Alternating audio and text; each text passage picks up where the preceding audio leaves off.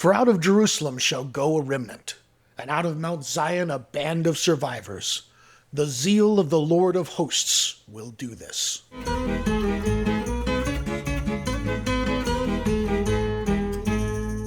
Hello everyone, this is Gilgamesh, and today we are concluding chapter 37 of Isaiah. We're going to start in verse 21. Up to this point, we had talked about how Sennacherib's army had laid siege to Jerusalem. There was a very large army outside the city walls. They had been preparing for this for quite some time, and his soldiers had taunted the Jerusalemites by speaking in their language and telling them that they were all going to die in a terrible siege. They sent forth both oral and written threatenings to Hezekiah. Hezekiah went to the temple and prayed about the matter, and he sent to Isaiah in order to get back a response from the Lord to know how they should proceed from here. Everyone is terrified. There is a very real chance of a horrific death. So this is what Isaiah responds back with here, starting in verse 21. Then Isaiah, son of Amos, sent to Hezekiah, saying, Thus saith the Lord, the God of Israel, because you have prayed to me concerning Sennacherib, king of Assyria, I have heard. This is the word that the Lord has spoken concerning him. She despises you. She scorns you, the virgin daughter of Zion. She wags her head behind you, the daughter of Jerusalem. So, first I'll note here that both the Second Kings account, as well as the Septuagint and the Syriac and a couple of Hebrew manuscripts we have, all have the phrase, I have heard here, which I've put in square brackets here. That word seems to have fallen out at some early period from the version of Isaiah that would become the Masoretic text. So I reinserted it back here because it certainly seems like it belongs. We have here the idea that the Lord has heard the prayers of Hezekiah, and then we have this personification of Zion as a sassy young woman who is explaining to Sennacherib that she despises and scorns him and wags her head at him. The word that's despises here, it's not a very common one. This is the only time it shows up in Isaiah. It is a fairly common term in the book of Proverbs. I actually read it wrong my first time reading through this and read it as with this, which doesn't make as much sense here, but that's what it looks like. But that sort of stuff happens when you have a language with no vowels. Sometimes words just look alike like that, but you look closely at the vowels and you realize it's a different word. But in this case here, there's a word that means despise. Not a very common word outside of the book of Proverbs, but Isaiah uses it here for she despises you. But then the word that's translated as scorn here, this is the same word that was translated as stammer back in chapter 33 to describe the foreign sounds of the language of the invaders. It may be that the way that she is mocking them is by imitating or making fun of their language. The King James Version here uses the phrase, laughed thee to scorn, which is a lovely phrase, and it captures the sense of it, even if it's not very literal. But we have here the idea that the virgin daughter of Zion is here mocking these men who have come to them, maybe making fun of their silly-sounding language, and just generally being defiant. The you, of course, is Sennacherib himself. The spokesmen for Sennacherib have shown nothing but contempt, so she's showing contempt back to them. The idea of wagging your head in biblical poetry, this was a conventional gesture of scorn. In verse 23, whom have you mocked and reviled? Against whom have you raised your voice and lifted your eyes to the heights? Against the Holy One of Israel. Mocked and reviled here are words that are used several times in this chapter of Isaiah, and with one exception in Isaiah 65:7, these words don't appear anywhere else in the book of Isaiah. So these words seem to be like key terms of this particular little segment of Isaiah, or this bit of storytelling we're doing here. The idea that they are mocking and reviling God is a recurrent phrase here. Verse 23 talks about you've raised your eyes up on high against the Holy One of Israel here. This Isaiah is increasing the stakes here. Sennacherib's presumption and declaring that he will destroy the kingdom of Judah is actually an assault on the God of heaven and earth. So we have here that he's making it clear that he's just not attacking Jerusalem. He's actually going against God himself. The idea that the king of Assyria has lifted up his eyes to take the place of the Holy One of Israel fits very nicely with what follows in verse 24.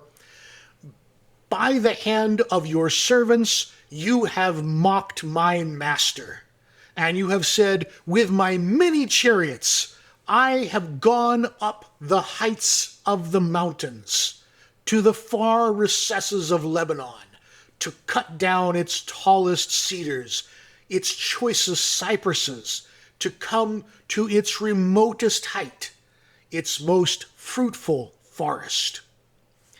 This idea that he's gone up to the heights of the mountains, the far reaches of Lebanon. Sennacherib would actually go through Phoenicia, but here he is not in Phoenicia, he is in Jerusalem. And the mountains of Lebanon were always thought of as the loftiest heights when you're in biblical poetry. But the words he uses here, particularly Yarkete Lebanon, the far reaches of the Lebanon, it has this echo of Yarkete Tzafon, the far reaches of Tzafon, the mountain of the north, the dwelling place of the gods.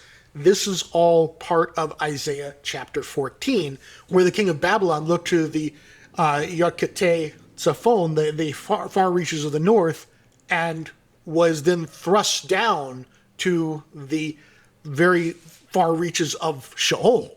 And so we have a literary callback here to Isaiah chapter 14, where we are placing the king of Assyria in the same position as the king of Babylon from chapter 14.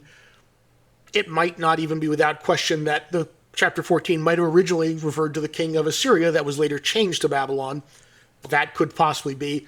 It's one of the few places where Babylon is really attacked by Isaiah in the first part of the book.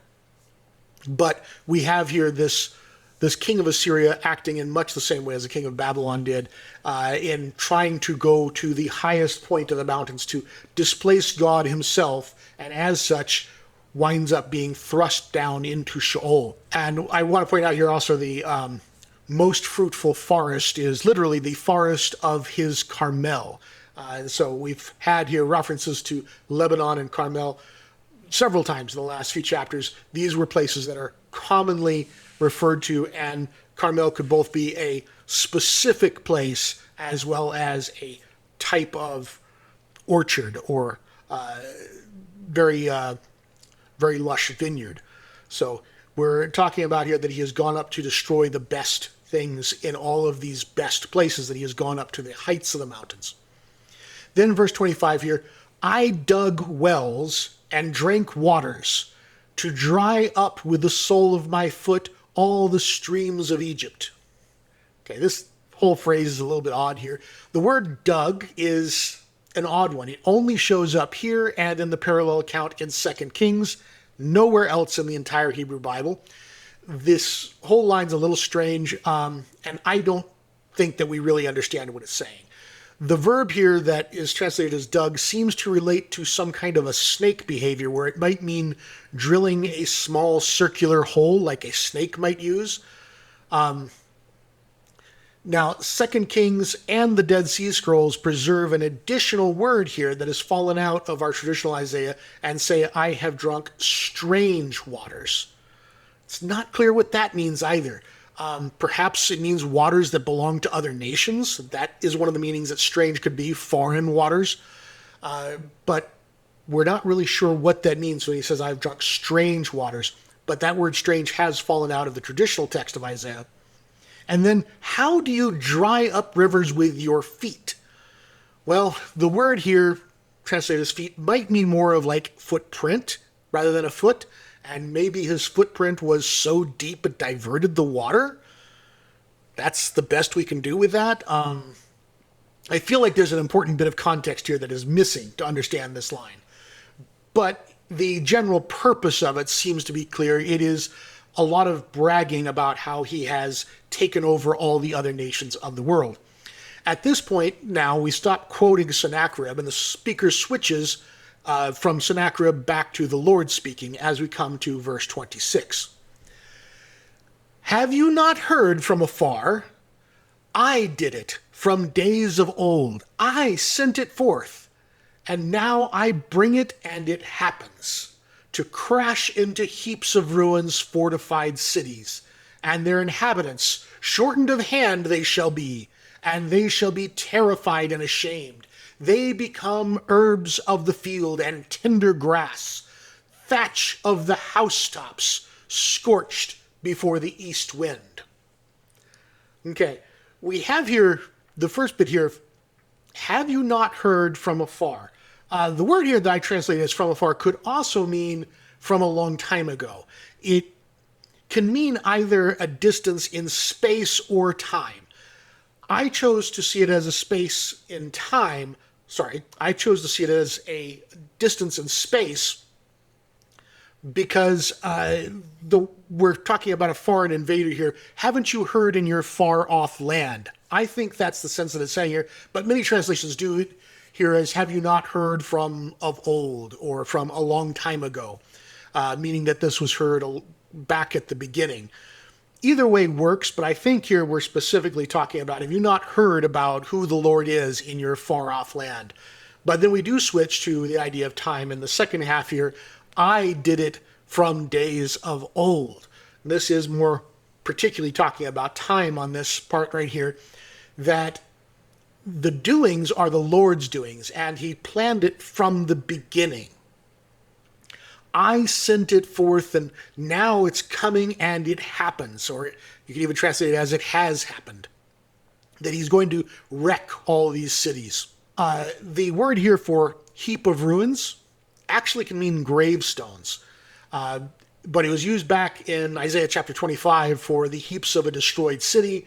And instead of the word for ruins here, the Dead Sea Scrolls actually has a different word that indicates caverns or secret places. That word only shows up in Isaiah 65 and is deeply tied to necromancy. That's interesting. We're going to turn cities into places that have these caverns or secret places for necromancy, according to the Dead Sea Scrolls version. We're going to turn cities into heaps of ruins, according to the traditional received version. I don't know which is correct. Heaps of ruins seems a logical thing here. I don't know why destroyed cities would be particularly tied to necromancy, but such as it is. Then on verse 27 here, I have grass or thatch on the rooftops here that are going to be blasted by the east wind. Well, the word for rooftops here is possibly the wrong word. Some people propose that we should amend the text here so that the word instead of rooftops would be gardens, so that it is the grass of the gardens that get blasted by the east wind. That makes more sense than grass on the rooftops, which would be thatch, which would be grass that's already dried out pretty much and put up there on the rooftops. I don't know that the east wind harms that in any way. Maybe it does. I don't know that much about thatched roofs, but it doesn't seem right that we're talking about grass on the rooftops. However, grass in a garden, meaning some type of a vegetable you are growing in a garden that gets blasted by the east wind, that does seem more like a thing here. A plant that you were trying to protect in a garden-like setting is going to be hit by the east wind. Feels like it fits better with the context here. So I tend to favor that emendation there. But the general idea that the nations are like grass and that they'll be blasted by the hot eastern desert wind is a common one. Now, the word here for scorched or blasted by the east wind, this matches what 2 Kings has here. The word that's actually in the Isaiah text is that they'll be flattened down or smoothed out. I think it's almost certainly wrong, but yeah. Now, to follow that up, instead of saying the east wind, the traditional text has before it stands up. I think that is also incorrect. The Dead Sea Scrolls restore to us that this should say scorched before the east wind. And so that's what I've gone with here, and the translation seems to work better overall. That these various cities are going to be like grass, they'll be turned into a heap of ruins, and even the areas that have been protected in gardens will be blasted by this heated east wind. Then we have verse 28 here. I know you're sitting down, and you're going out and coming in, and you're raging against me. Because you have raged against me, and your roaring has come up to my ears. I will put my hook in your nose and my bit in your lips, and I will turn you back on the way by which you came. Very nice direct statement here from the Lord that he's going to just turn him back around as though he were an animal. Well, to start off with, I know you're sitting down is a strange, very passive sounding verb here. It doesn't seem like it belongs with the other two verbs that are after it. The Dead Sea Scrolls, again, comes in really handy here and says almost the exact opposite. The Dead Sea Scroll reads, I know you're standing up. And that seems to work much better here. I know you're standing up and you're going out and you're coming in and you're raging against me. That seems a much more active, appropriate verb here. So again, I would go with the Dead Sea Scrolls on this, that this should be, I know you're standing up. Then we have, because you have raged against me. This repeated line is missing from the Dead Sea Scrolls and was probably added by some later editor for clarity. It does seem that, and you're raging against me because you have raged against me.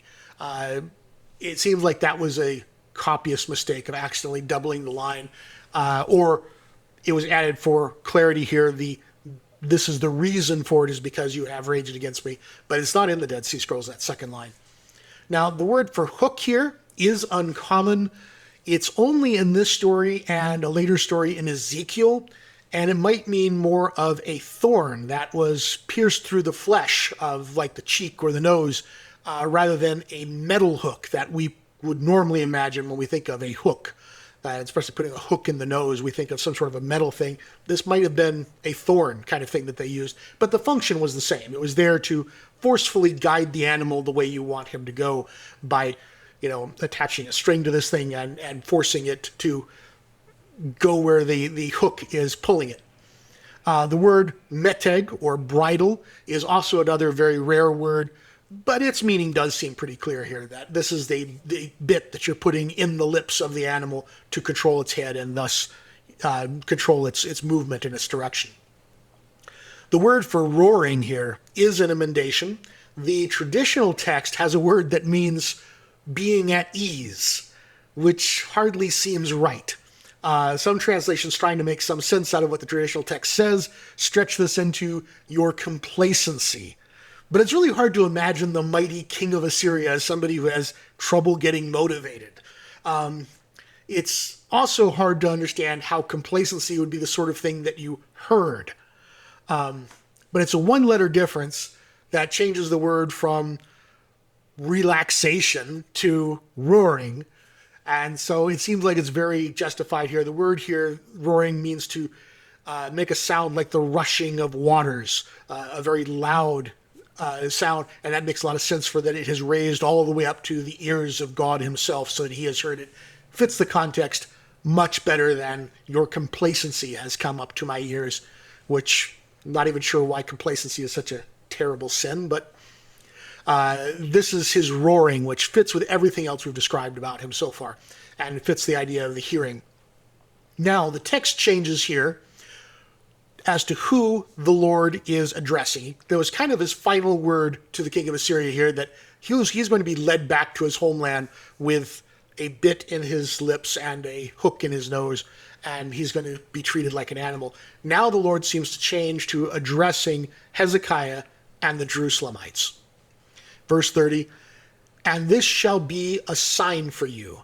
This year you shall eat what grows of itself, and in the second year what springs from that. Then in the third year sow and reap, and plant vineyards and eat their fruit. So this year you're going to eat what grows from itself. The you here is Hezekiah. The verb will then switch to the plural when it's referring to the people. The idea is that the invading army has just destroyed everything and there's not going to be any crops for 2 years. The sign is that the Judahites will survive it. The word here that's translated as what grows of itself is saphiach. And this word is only used here and in Leviticus to note the volunteer crops that grow in a sabbatical year. In Leviticus, they are explicitly commanded not to harvest these.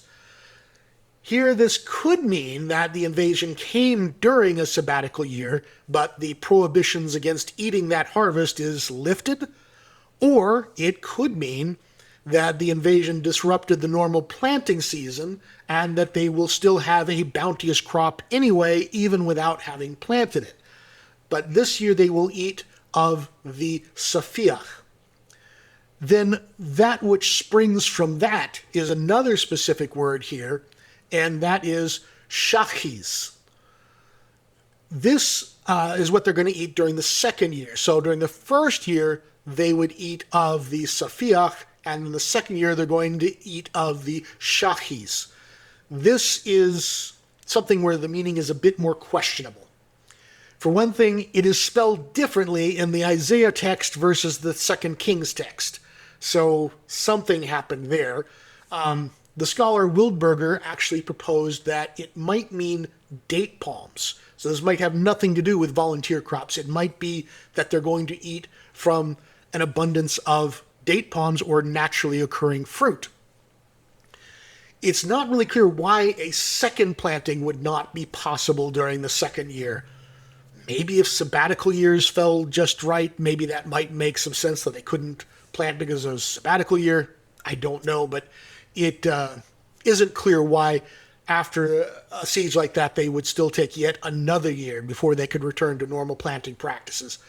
Perhaps it's saying that fruit such as the date palm might be so particularly abundant that it will supplement the devastated orchards, which will take a longer period of time to come back. And by the third year, food production will be back to normal. We're not sure, but it's going to take 2 years, though, of them getting all of their food production back to normal, but they will make it through eating volunteer crops, and whatever shachis is going to see them through those 2 years. Now we turn the plant imagery towards the people themselves, that they, just like the crops, are going to need some reestablishment. Verse 31, and the surviving remnant of the house of Judah shall again take root downward and bear fruit upward. For out of Jerusalem shall go a remnant, and out of Mount Zion a band of survivors. The zeal of the Lord of hosts will do this. So there's 2 literary callbacks in these verses. The famous one that is calling back to is, for out of Zion will go forth the law and the word of the Lord from Jerusalem. You'll find that in Isaiah chapter 2, verse 3. The other callback here is, the zeal of the Lord of hosts will do this. You'll find that in Isaiah chapter 9, verse 6. If you're using the Christian numbering system, I think it's chapter 9, verse 7. The numberings don't match up. But anyway, the zeal of the Lord of hosts will do this. The word zeal here is the same word that is translated as jealousy elsewhere, and famously is attributed to God as being a jealous God. In Isaiah 9:6, this attribute was associated with the expansion of the political kingdom of the promised king, who was possibly Hezekiah, making this callback then even more significant. Now, the meaning of jealousy doesn't match well with the usage of this word, particularly when it's referring to God. This is probably something that is likely worthy of its own video, and I will tackle it at some future point. there is some possibility linking this word to a similar word that means to purchase or even to create. And it might have been some much older title for God that was only vaguely remembered. However, when we attribute these words to human, the meaning is almost always negative. Jealousy, bad feelings towards a spouse, and that sort of thing is a common thing for it to be attributed to humans. But with God, it is always a positive attribute. God striving to take care of his people. So I think the word here itself, jealousy, I think is a poor translation. I don't think that is what it means, at least not when it's applied to God. It doesn't seem to fit the context very well at all, because we're saying that whatever this is, this attribute of God is what is going to expand the kingdom under the promised righteous king, and it's also going to be what is going to take care of the remnants that are coming out of Jerusalem and out of Zion, that it is this particular attribute of God. And as we saw in the Decalogue, that, this is the attribute of God that demands exclusive worship, which that's some of why they think that jealousy might work as a translation there, but I don't know that that's really capturing what we're talking about. It seems to be much more of an obligation God has to his people that the English word jealousy doesn't seem to capture well. Now we turn our attention back to the bad guys. This passage actually supports the idea that this might be a doublet here, or two stories that have been edited together, as it seems to repeat some of what came before. So one idea here is that this section might be from the other telling of the story that's been edited in, and that's why it seems a bit repetitive of what we said before. But starting in verse 33 here, we are addressing the king of Assyria. Therefore, thus saith the Lord concerning the king of Assyria, he shall not come into this city, or shoot an arrow there, or come before it with a shield, or cast up a siege mound against her. By the way he came, by the same he shall return, and he shall not come into the city, declares the Lord. For I will defend this city to save her, for my own sake, and for the sake of David my servant. Now, the word defend here. This is also related to the word for garden. It means to fence something off and to protect it like a garden.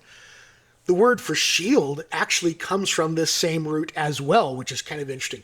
It isn't a very common word. We did see it back in Isaiah 31:5, where it was talking about he would defend Zion like a bird. It used this same word for defend. But it's an unusual word here, and it is related to the word for garden, that when we're saying he's defending it like a walled-off protected area, such as a garden would be.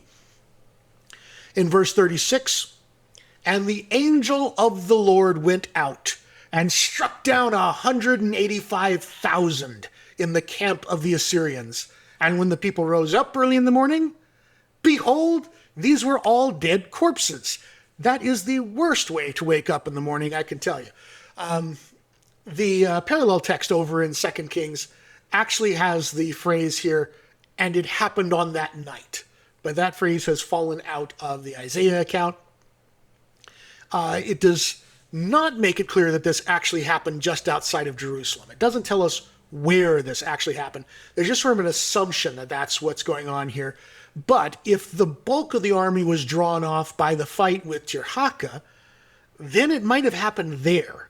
So it might be that this huge devastation might have happened with the main army that was fighting the Egyptians, and that's what caused everything to fall apart. That would actually fit better with the account that is related by Herodotus, who describes that these troops sort of met their end with a plague of mice while they were fighting the Egyptians. That would bring the tale of Herodotus and the biblical tale into harmony with one another, and it seems like it could make a lot of sense. There is no reason to believe that 185,000 soldiers should be around Jerusalem. I don't even know how you'd supply an army that large, given the water supplies in that area. It would have been a logistical nightmare. But, as we said before, these numbers are often exaggerated. It could very well be that this is something that happened elsewhere. But the way the story is told, of course, everything's happening right there at Jerusalem. Okay, verse 37. Then Sennacherib, king of Assyria, departed and returned home and lived at Nineveh. And as he was worshipping in the house of Nisroch, his god, Adramelech and Sherezer, his sons, struck him down with the sword. And after they escaped into the land of Ararat, Esarhaddon, his son, reigned in his place. Now, we have no idea who Nisroch is. It's probably some confusion on the part of the authors who may not have known the names of the foreign gods.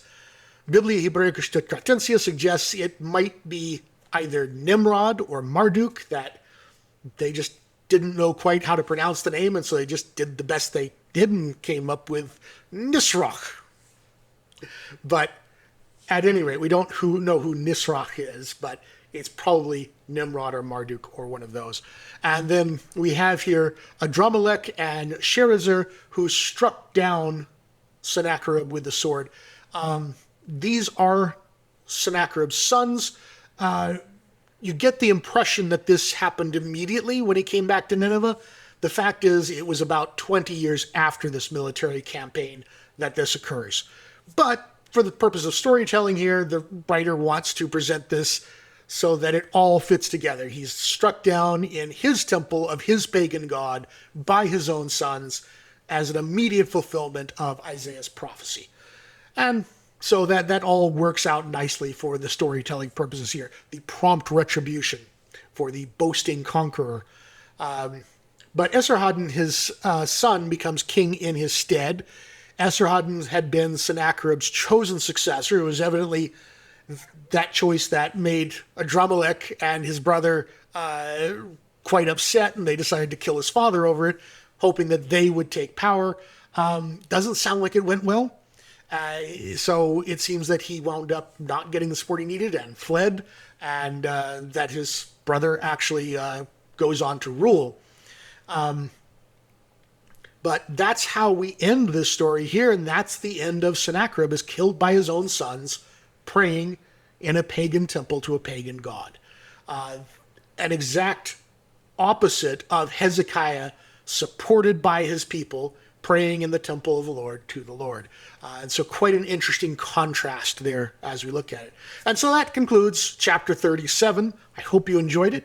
Please remember to like and subscribe, and leave me a comment of some kind. It really helps this get out to a lot of other people. And until next time, shalom.